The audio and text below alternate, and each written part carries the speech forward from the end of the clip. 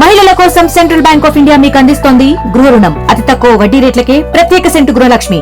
మా కస్టమర్లకు శ్రేయోభిలాషులకు central bank of India వారి భోగి శుభాకాంక్షలు. ఇట్లు central bank of India zonal office, Hyderabad.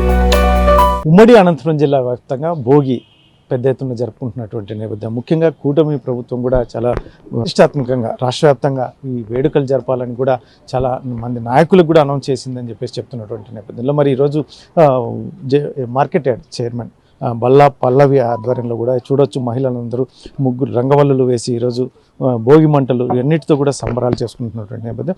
ఉమ్మడి జిల్లా వ్యాప్తంగా ఈ తెల్లవారుజామునే చాలామంది ఇంటి ముందర కానీ రోడ్ల మీద కానీ వచ్చి చాలా చోట్ల భోగి మంటలు వేసి కార్యక్రమం నిర్వహిస్తున్నటువంటి నేపథ్యం. మనతో పాటు మార్కెట్ యార్డ్ చైర్పర్సన్ ఉన్నారు. ఏం చెప్తారు ఆ మాటలను ఏంటండి? ఈరోజు స్పెషల్ ఏంటి? మీ ఈ కార్యక్రమాలు ఎలా నిర్వహిస్తారు? ఈరోజు భోగి పండుగ సందర్భంగా ఇక్కడ మహిళలతో కలిసి భోగి సంబరాలు చేసుకోవడం జరుగుతోంది. ఇది ముఖ్యంగా రైతులకు మరియు మహిళలకు సంబంధించినటువంటి పండుగ. ఎంతో ఆనందంగా జరుపుకుంటున్నటువంటి పండుగ. గతంలో చూసినట్టయితే ఒక పండుగని చేసుకోవాలన్నా కూడా లేని పరిస్థితి, ఎంతో భయాందోళనలో ఉన్నటువంటి రాష్ట్రాన్ని అంతటిని కూడా ఎంతో వైసీపీ అరాచక శక్తుల వలన రైతన్నలు కానీ మహిళలు కానీ ఇంట్లో నుంచి బయటకు వచ్చే పరిస్థితి లేని దాఖలాలు చూసాము. ఇప్పుడు ఉన్నటువంటి కూటమి ప్రభుత్వంలో రైతులు కానీ మహిళలు కానీ ప్రతి ఒక్కరూ కూడా అంటే మన సంస్కృతి సంప్రదాయాలను ప్రతి ఒక్కరూ పాటిస్తూ ఈరోజు ముందుకెళ్లడం జరుగుతోంది. చంద్రబాబు నాయుడు గారు అయితేనేమి, లోకేష్ గారు అయితేనేమి మన సంస్కృతి సంప్రదాయాలను పాటిస్తూ వాళ్ళు కూడా వారి పల్లెకి ప్రతి సంవత్సరం వెళ్ళి పండుగను జరుపుకోవడం జరుగుతోంది. అయితే మనము ఇది ముఖ్యంగా రైతులకు సంబంధించిన పండుగ. రైతులు మన రాష్ట్రానికి మన దేశానికి వెన్నెముక. వాళ్ళు కష్టపడి పండిస్తేనే ఈరోజు మనం 5 ఏళ్ళు మన నోట్లోకి వెళ్తున్నాయి. అలాంటి రైతన్నలు ఈరోజు ఎంతో ఆనందంగా జరుపుకుంటారు. ఈరోజు ఇప్పుడు ఈ పండుగ సందర్భంగా ప్రతి రైతన్నలు కూడా పంటను చేతికి తీసుకొని వాళ్ళు ఆనందంగా జరుపుకొని ఆ పంటను మార్కెట్ యార్డుకు తరలించడం జరుగుతుంది. అలాంటి మార్కెట్ యార్డ్లో నేను చైర్పర్సన్గా ఈరోజు ఉండడం అనేది నా అదృష్టంగా భావిస్తున్నాను.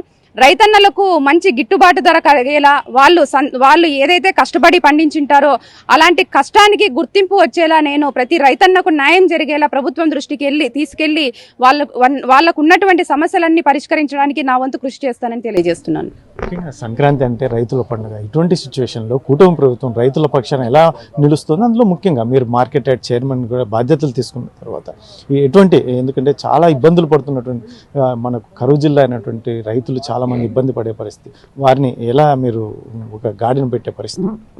ఇప్పుడు ముఖ్యంగా మనము కూటమి ప్రభుత్వం ఏర్పడిన తర్వాత ఒకటే గుర్తించాలండి. ఎందుకు అంటే సంక్షేమాన్ని అభివృద్ధిని ఒకే సమపాలనలో ముందుకు తీసుకుని పోతున్నటువంటి నాయకుడు ఎవరైనా ఉన్నారు అంటే అది ఒక చంద్రబాబు నాయుడు గారే. ఈరోజు మనం ఇంటికి ఒక పెద్ద దిక్కులాగా మనకు రాష్ట్రానికి ఒక అనుభవం ఉన్నటువంటి వ్యక్తి చంద్రబాబు నాయుడు గారు.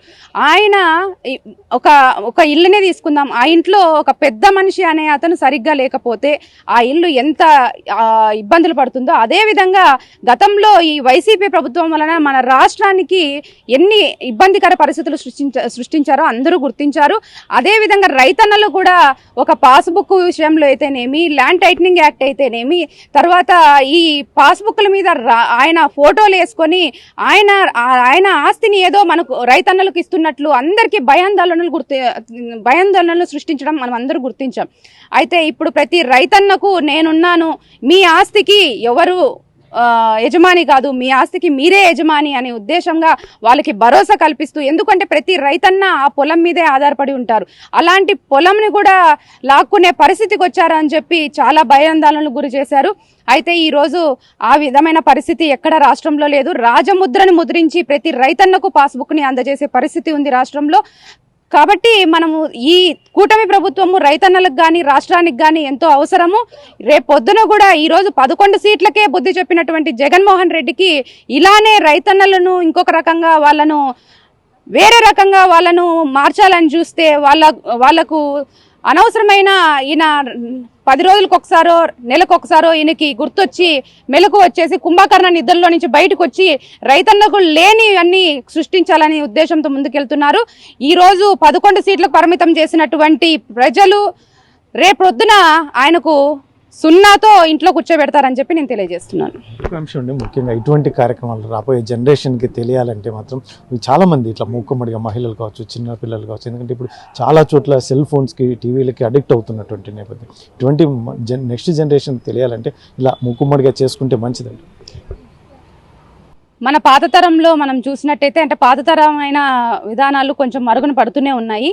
కాకపోతే ప్రతి ఒక్కరు కూడా మనము మనవంతుగా అనుకొని ప్రతి ఒక్కరూ ముందుకొచ్చి మన సంస్కృతి సంప్రదాయాలను ముందుకు తీసుకెళ్లాలని చెప్పి, మన దేశానికి మన రాష్ట్రానికి గౌరవం ఉండే విధంగా మనం ప్రవర్తించాలి. మన ప్రతి ప్రవర్తనలో కూడా మన సంస్కృతిని ముందుకు తీసుకెళ్లాలని చెప్పి నేను భావిస్తున్నాను.